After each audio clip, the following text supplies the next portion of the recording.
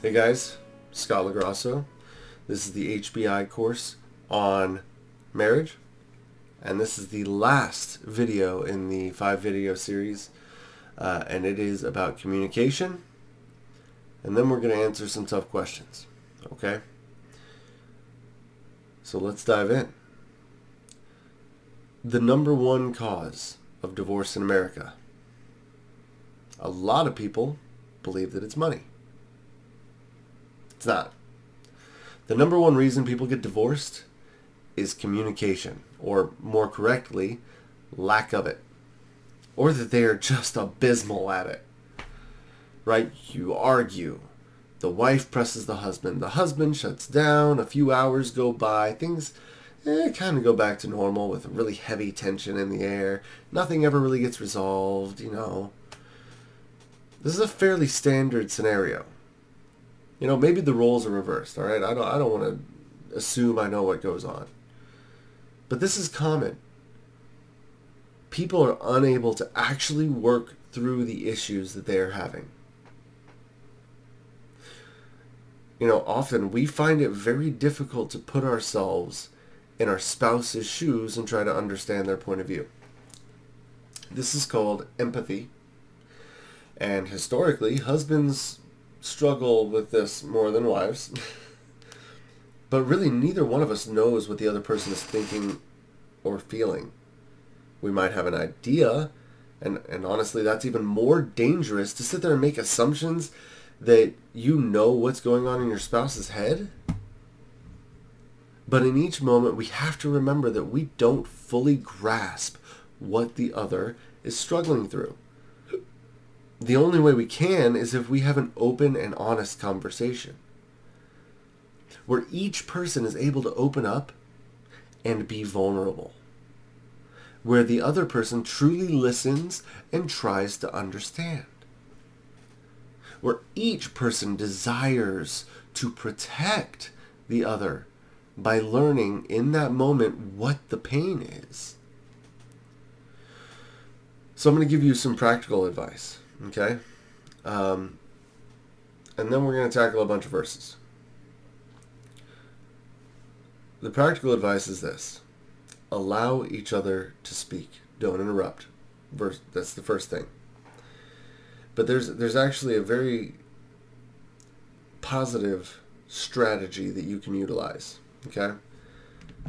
One person gets to voice their feelings, their opinions, whatever it is. Their irritations, frustrations.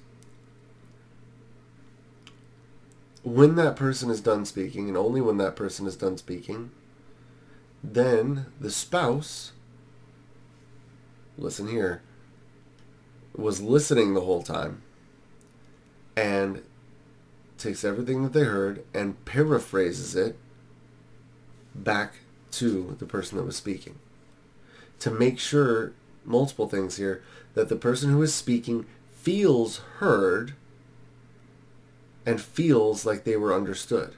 Because a lot of times in that moment, you're on two different wavelengths. Right? I heard you. You're angry at me because I didn't pick up my socks. No, she says.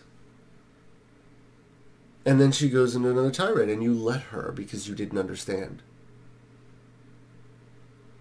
And when you really start to listen and she really explains it, you realize that she's not angry at you because of the socks. She's angry because even though she just spent the last 3 hours cleaning, you disrespected her by throwing your socks on the floor and didn't care.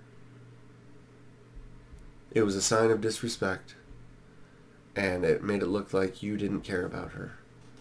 And that's what you say. So in those moments when they speak their feelings and their hurts and what their experience is, you paraphrase it back to them. Oh, so you felt disrespected? Yes. And once everybody feels like they're on the same page, then we get to respond. I'm sorry, I didn't mean to do that. It was not my intention to disrespect you, and I'm going to work really hard not to leave my socks on the floor anymore. But honey, when you responded the way that you did, and then they get to express their feelings in a vulnerable way, and both of you are trying to understand where the other person's coming from, why this has become such a big thing. And then they paraphrase. Oh, so you thought this. Yeah, that's exactly how I thought. And you do that back and forth, taking the time in between responses to make sure that you understand what the other person is saying and that they know that you understand and that you're communicating, that you're understanding each other's points of view. That's critical. It's critical. Be respectful during this, okay? Don't go blaming each other. Well, you went and did this, and you went and did that, and how dare you, and I just want to... That's a great way to fight. That's a great way to just crash and burn, okay? You should go in trying to be vulnerable and expressing how this thing made you feel, how this situation has hurt you, in a way that they can understand, and in a way that you are giving them the opportunity to understand you so that you can grow closer together. It requires taking a risk, being vulnerable, but it forms a bond that if you've never done something like this, it forms a bond like you wouldn't believe. And it's amazing how far this will get you. But I've got to warn you, this only works if you are calm and really want to show your spouse love. So you might have to take a beat. You might have to say, you know what? Nope, we're getting into it. Let's just take a step back, calm down for 2 minutes, and then we're going to come right back together because we don't want to let this fester, and we're going to have a conversation. Okay? And we're going to do what the weird dude on the internet said about taking turns and making sure every time we speak, you both understand what was said. Okay? I promise you that this will drastically improve your relationship. Okay?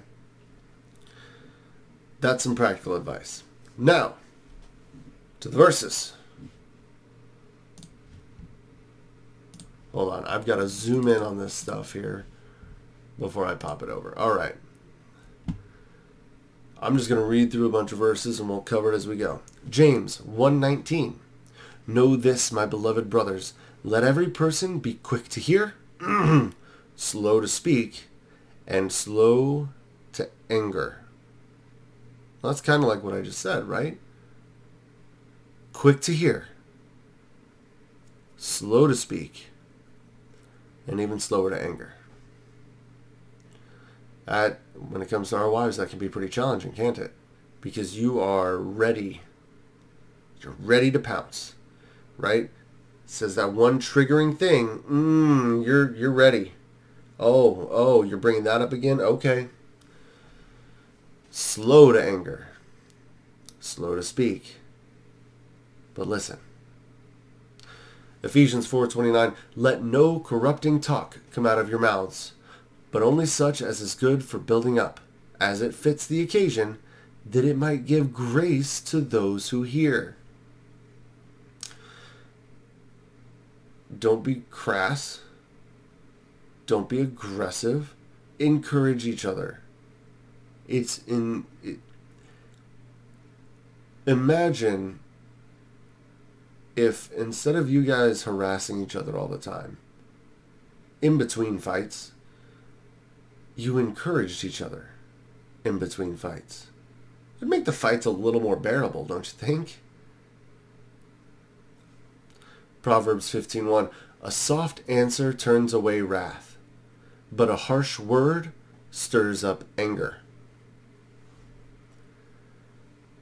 I mean, they're pretty wise, right? If you speak softly, if your spouse is angry and you come to them with gentleness instead of responding the way you normally do, fighting back, it's a pretty good way to stop the argument.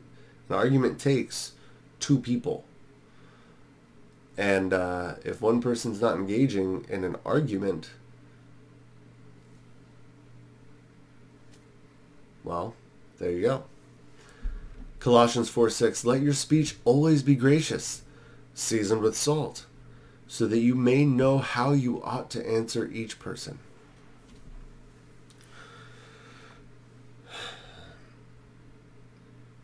Your speech should be filled with grace, and it should be thought out. Seasoned with salt here means that it's been packed away and saved for a later day, meaning you've thought about it.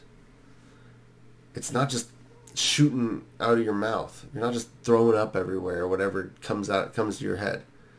You've thought about it. You've processed it. And you know how to respond, and you know how to have that conversation. Proverbs 12:18, there is one whose rash words are like sword thrusts, but the tongue of the wise brings healing. If you're the one who's taken unwarranted stabs, trying to hurt the other people, hurt your spouse, that's not wise. That's hurtful. It's hurting your relationship. It's hurting your spouse. If that's your goal, man, you need to check your priorities. You need to check your heart. If you just want to hurt them. But the tongue of the wise brings healing. A wise person knows that no matter what, no matter the anger, no matter the consequence, no matter the situation, their words should bring healing. Proverbs, again, we got a lot of Proverbs here. Proverbs 18, a fool takes no pleasure in understanding, but only in expressing his opinion.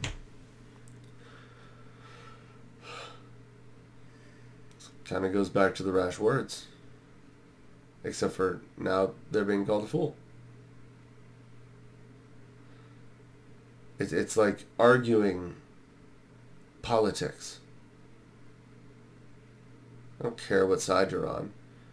You consider the other side a fool. And they take no pleasure in understanding, but only expressing their opinion. Anyway, Proverbs 18:21. Then this is a big one. A lot of people know this. Death and life are in the power of the tongue, and those who love it will eat its fruits.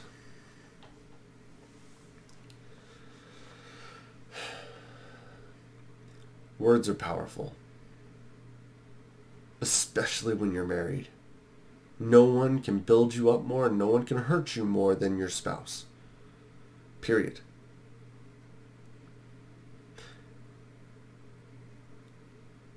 You need to try to encourage more. I mean, that just, we are not a very encouraging society anymore. And it breaks my heart. But you have the ability to speak death to your spouse or to speak life to them. And in those moments, even when it's hard, you have to choose life. Colossians 3:8, but now you must put them all away, anger, wrath, malice, slander, and obscene talk from your mouth. There's that obscene talk again.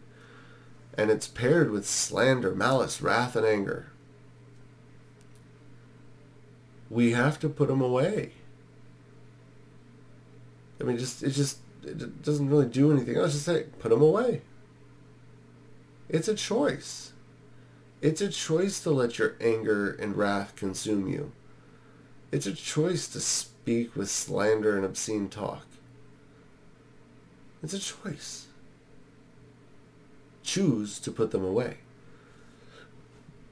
Ephesians 4:15. Rather, speaking the truth in love, we are to grow up in every way into Him who is the head, into Christ. Part of doing this, while we speak the truth in love, we are growing closer to Christ.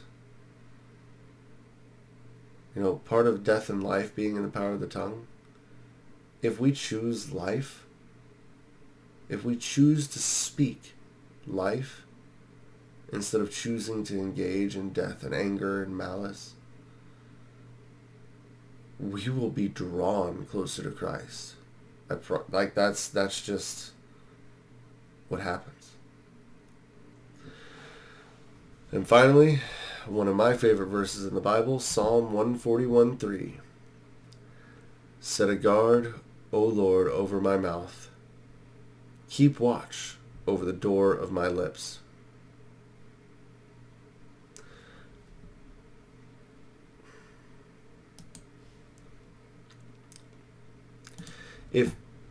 If you ever speak to me and I just stop and smile, especially if we're ever talking about a controversial topic, you will note that I just stop and smile. It's because of that verse. Set a guard, O Lord, over my mouth. Keep watch over the door of my lips. I don't want to speak in anger or malice, or I don't want to speak in obscene talk. I want to be loving. I want to be gracious. I want to be encouraging. I want to speak life. And God can help. Set guard, Lord, over my mouth. We need to learn how to speak to each other with love, even if we're angry, even if we need a safe word or something like that to let your spouse know that you need to pause and change how the conversation is going.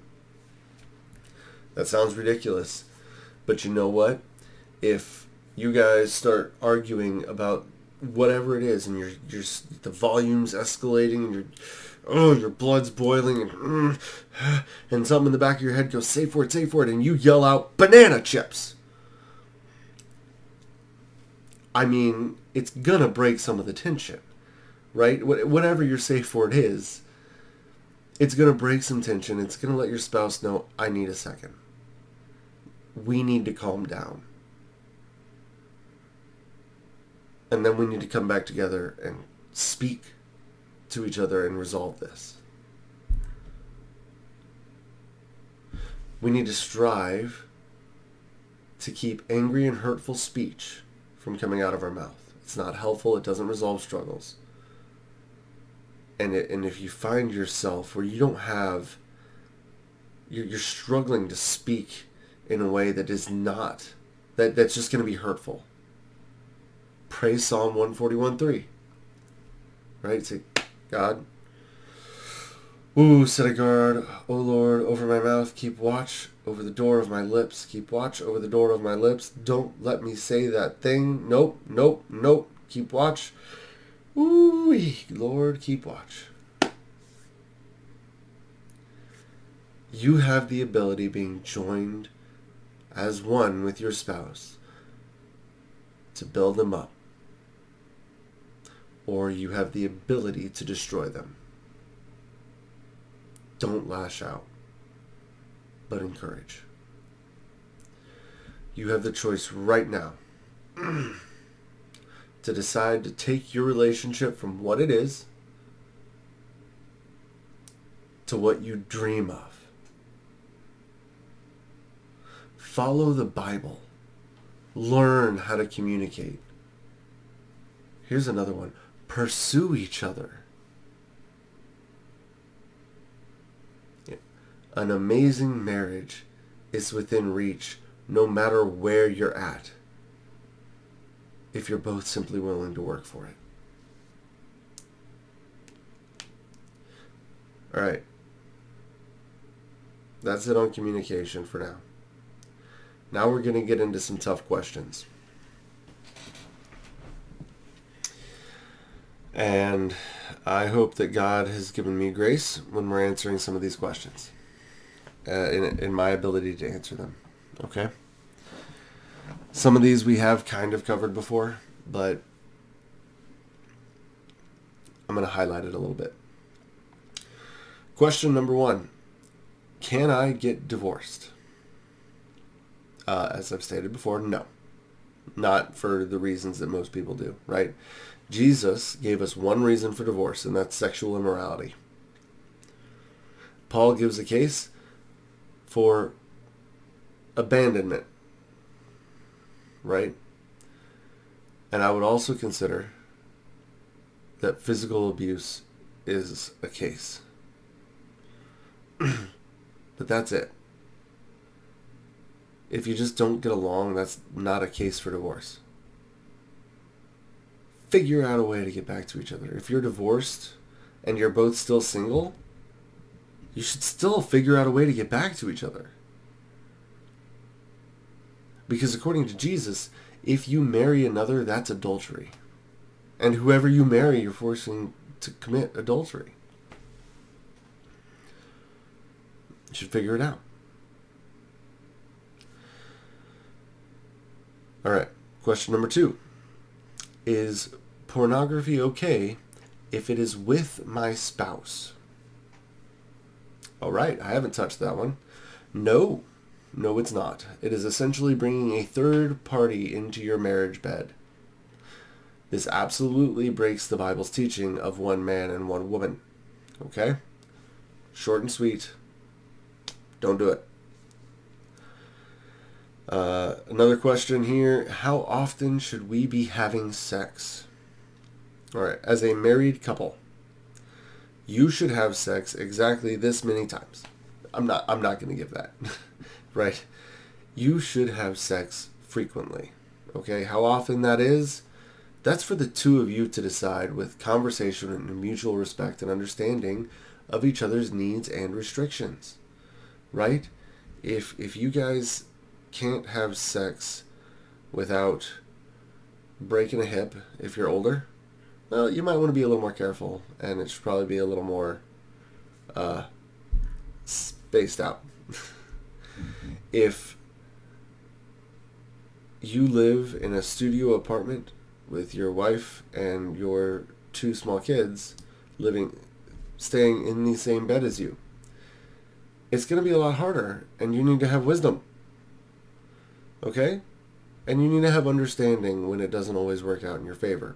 But you have to be understanding of what's going on, and you can never hold it back as a weapon and never deny each other because of anger. If it's anger, you resolve the issues. And then you come back together. Because if you don't, it's going to cause resentment and more anger, and even worse, temptation at that point is going to seep in that can cause to irreparable damage that leads to the sexual immorality, which is a cause for divorce. Next question. My spouse and I can't agree on our finances. Do we keep them separate? We did not touch on finances during this, because realistically, finances all comes down to marriage. Or not marriage, obviously marriage. It comes down to communication. Okay? No, you should not keep money separate. It's a tough topic to talk about, but you're one flesh. How does one flesh separate money? No, it goes for your finances too. You can have like individual fund money, but the bulk of your finances should be combined. Okay? It's a good way for you guys to forge each other, to have that communication, to have that window into all aspects of your life. It's about trusting each other and coming together to make those hard calls. Marriage is about living life together. Don't find more ways to separate yourself. Find ways to agree and come together. Don't just succumb to separate finances.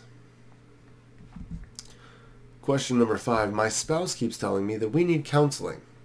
I'm not comfortable with it. Do we really? Yeah. Probably.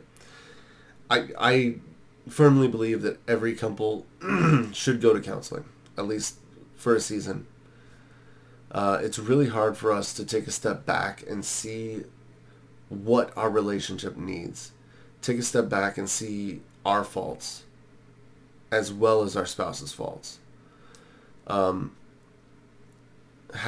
marriage struggles that you guys are really having a hard time working out, wise biblical counseling could very well help. I specifically say wise biblical counseling. Okay? I have heard horror stories about biblical counselors. I have heard horror stories about therapists and secular counselors, and they are giving out advice that goes completely contrary to the Bible, and marriages are disintegrating around it. Seek wise biblical counseling, and you can work through just about everything. All right, next question. Is homosexual marriage okay? With a follow-up of, does God recognize it?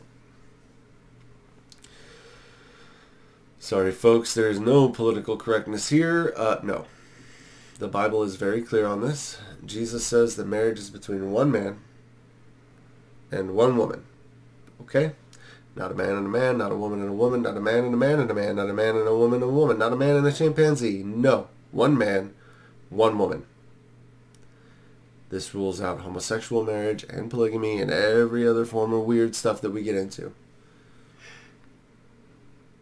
If we look at Romans 1, verses 24 to 27, therefore God gave them up in the lusts of their hearts to impurity, to the dishonoring of their bodies among themselves, because they exchanged the truth about God for a lie and worshipped and served the creature rather than the Creator, who is blessed forever. Amen.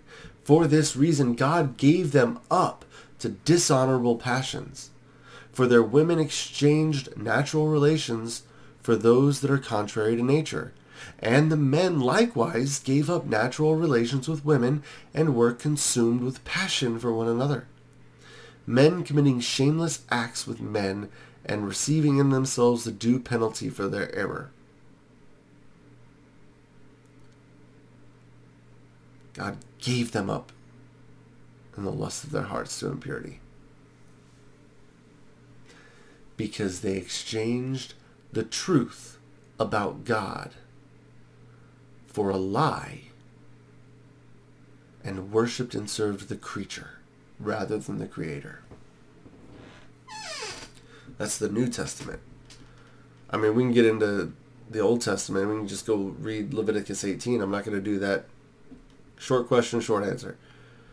But the Bible is clear from beginning to end. The act of homosexuality is a sin. And God will not bless or recognize homosexual marriage. Next question. Last question. Here we go. We have been arguing about the same thing for the last 10 years and can't agree. What do we do? This is hard, especially in our society today. All right. This is where some people are going to like me, some people are going to hate me, and some people are going to be completely indifferent because they can't relate to this. If it is something that needs an answer right away, we got to have an answer. Then it falls on the husband to make the final decision.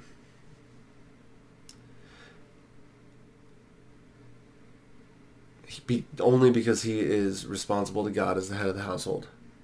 If he gets it wrong, then he should apologize and rethink how he makes his decisions. Okay? Everybody hear that? That being said, men, you need to take your wife's wisdom into consideration and make sure that she feels heard. She has a reason for her thoughts. I'm going to bring men into the Proverbs 31 woman, verses 11 and 12. The heart of her husband trusts in her, and he will have no lack of gain. She does him good and not harm all the days of her life. Men should trust their wives. You trust them. They complete you. You are a better person because of them. That's why we have that idiom, she's my better half. They make us better. We have to trust our wives, and we take their knowledge and their wisdom into consideration, but in the end,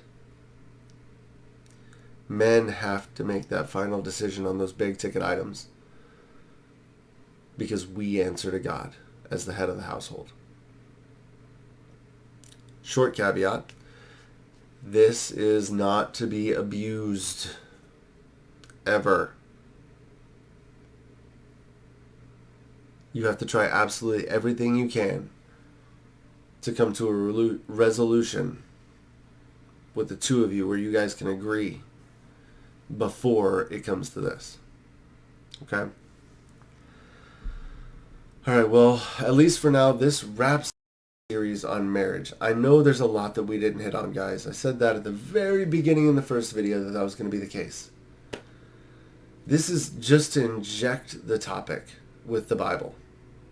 I encourage you to dig deeper. I encourage you to seek counseling. You need to do what you have to do in order to fight for your marriage. Now, I'm actually going to encourage you guys to send us some feedback here. Okay, send us some questions. They can be anonymous. And, you know, if I need to, I can do a follow-up video with some other questions that you guys have. I'm also willing to do some in-person sessions if we have other questions or you guys have other topics that you want to go into more detail with. Just let us know what would help you guys. Okay, we are here for you. We want to see your marriages flourish and grow, and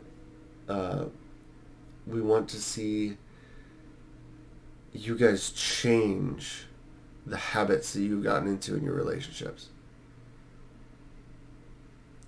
Finally, if you disagree with something in here, we can have a conversation. I'm happy to. Send us that feedback as well. Okay? So guys, may God bless your marriage as you embark to find the joy that God intended it to bring to you. May you humble yourself in the commitment to your spouse. And may you forever pursue God in all matters of your life. Guys, I love you, and I thank you for watching. Be stubborn for your marriage.